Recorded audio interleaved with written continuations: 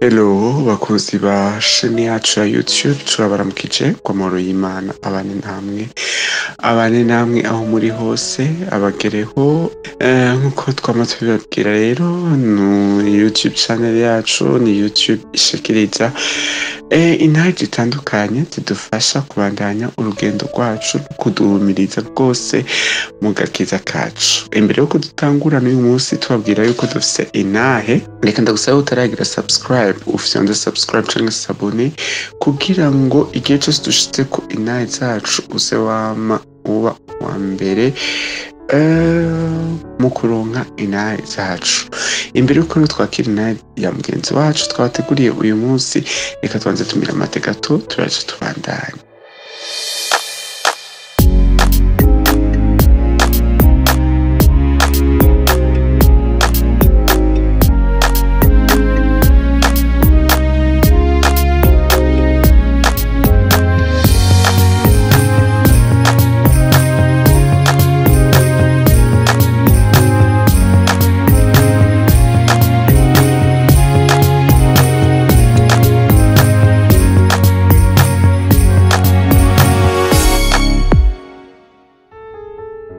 Mukuru nayimeje kubabwira yuko ni umunsi kandi dufise intahe ya mwene data yashimye kudusangiza ivyo Yesu yamukoreye. Rero ntarandiriye, reka tumuhe kaze twumva ivyo Yesu yamukoreye. Kaze. Nishimwe, nitwa MANIRAKIZA, ngoma ndabasangiza intahe yanje. Nakuze muri famiye tuja gusenga. Nakuze nja muri Sunday school batwigisha histoire zo muri Bible. Nyene nakuze ibintu vy'Imana nyene ndabizi, nzi ko dimanche ari kuja gusenga. Mugabo sinavuga ko nari nzi Imana ku giti canje nyene.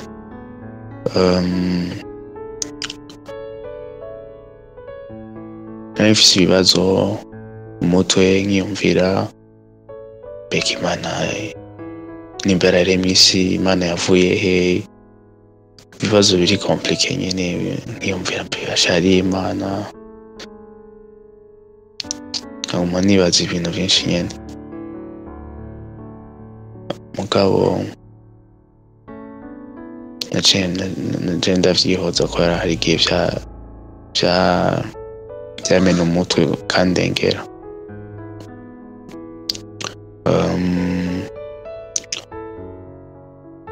Nakuze muri ivyo nyene, gusenga ari ibintu routine nyene, nzi yuko dimanche ari kuja gusenga.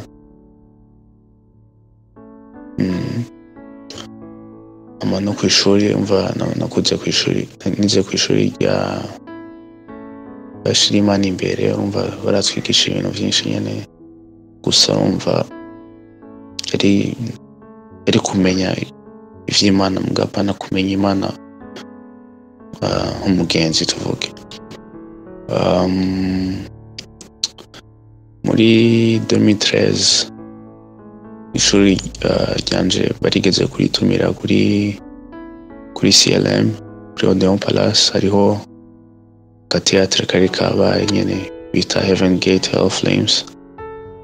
Hama muri ako gatheatre umva bakina abantu bamwe baja mw'ijoro, abandi nabo baja mu kuzimu nyene, berekana ukuntu babayeho, berekana ko umuntu yakiye Yesu ko acaja mw'ijuru, abatamwakiye naho baca bagenda mu kuzimu nyene.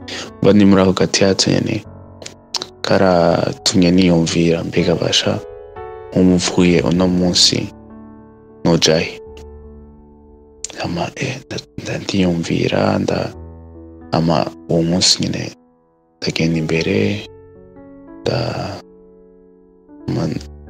ndakira Yesu nk'umwami n'umukiza nyene. Mva yari muri Juin 2013.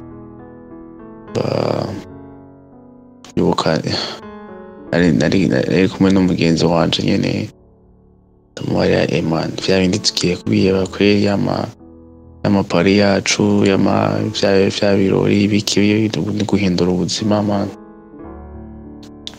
Muga rero urumva iyo ntunzenya iyo haciye haza grand vacances urumva nasa nk'uwaguye kweri ko urumva haciye haza ibintu vyinshi naratwawe cane urumva nagiye mu bintu vyinshi amafete kunywa inzoga cane rimwe gucishamo kamogi ibintu bitameze neza bidaha Imana icubahiro. Umva ndi muri ivyo bintu rero hamasanga ndibuka naciye ngwara depression, numva ntamerewe neza, numva atamahoro mfise, numva sinzi mfise ubwoba, numva nyene depression urumva ni ingwara ko affecta ama emotion yawe nyene, ukumva uri hasi nyene, ata kintu ata mahoro ufise, ata munezero ufise. Hama rero ndibuka mama wanje namusiguriye ivyo ndiko ndacamwo, ama acarambarira umumama bari kumwe muri frate tuja kuraba, arangirira intahe yiwe, arambarira intahe yiwe y'ukuntu nawe yaragwaye depression. Hama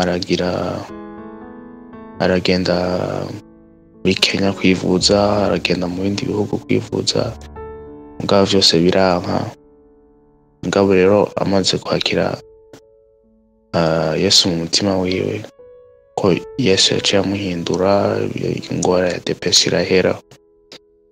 Umva rero turi kumwe yaciye ampartaje nyine akaverse kari muri 2 Timothée chapitre 1 verset 7, bavuga ngo mu Congereza bavuga ngo I have not given you a spirit of fear but a spirit of love, power and a sound mind. So urumva yarambariye ko ubwoba atari byo Imana yaduhaye, ko bitava ku Mana.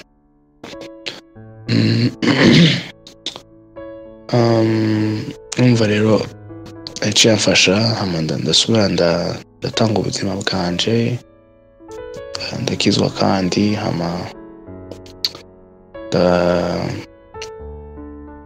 arashira muri frat. Hama buke uko ndaja muri frat, uko ndasoma ijambo, ndabona ubuzima bwanje buhinduka. Hama ya depression sanga yaheze, sanga mfise amahoro, mfise umunezero utava ku bintu vyo hanze, mugabo ari mu mutima nyene. Hama buke sanga ndiko ndakora mu bintu vy'Imana, sanga Bible urumva ni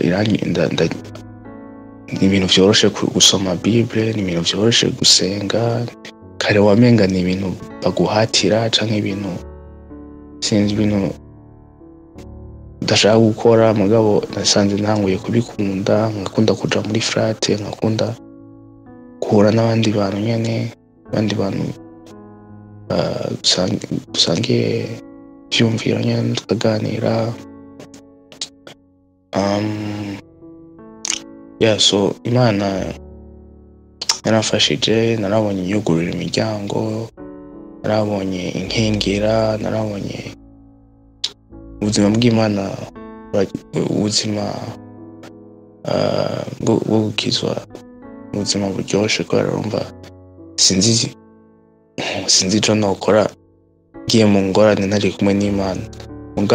Ubu naho nja mu ngorane ndazi ko ndimo ko mfise uri karangwanira, ndazi nta bwoba mba mfise, nzi yuko hariho uri inyuma yanje canke imbere yanje.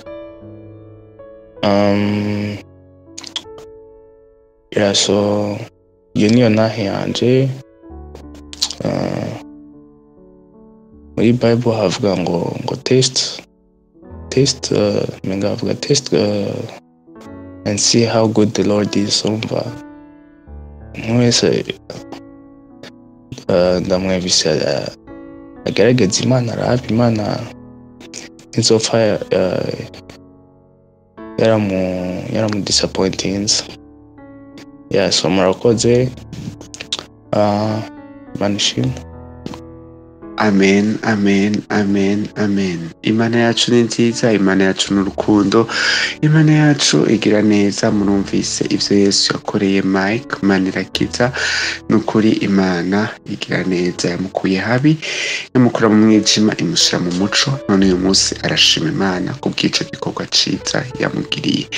Nuko rero reka nandakwibutse ko nawe wowe ushaka kudusangiza inaha yawe, ushaka kutwandikira kuri inahe@gmail.com. Yesu azobiguhezagirira niwadusangiza inahe yawe. Reka rero shimire wewe Mike washimye kudusangiza inaha yawe, utuha umwanya wawe n'akanya kawe kose kugira ngo udusangize ivyo Yesu yagukoreye. Imana yo mw'ijuru iguhezagire. Reka rero shimire nawe wese wari uduteze amatwi kugira ngo dusangirire hamwe inaha ya Mike. Reka mvuge ngo Imana yo mw'ijuru iguhezagire, ihezagire ivyawe, ihezagire n'abawe bose.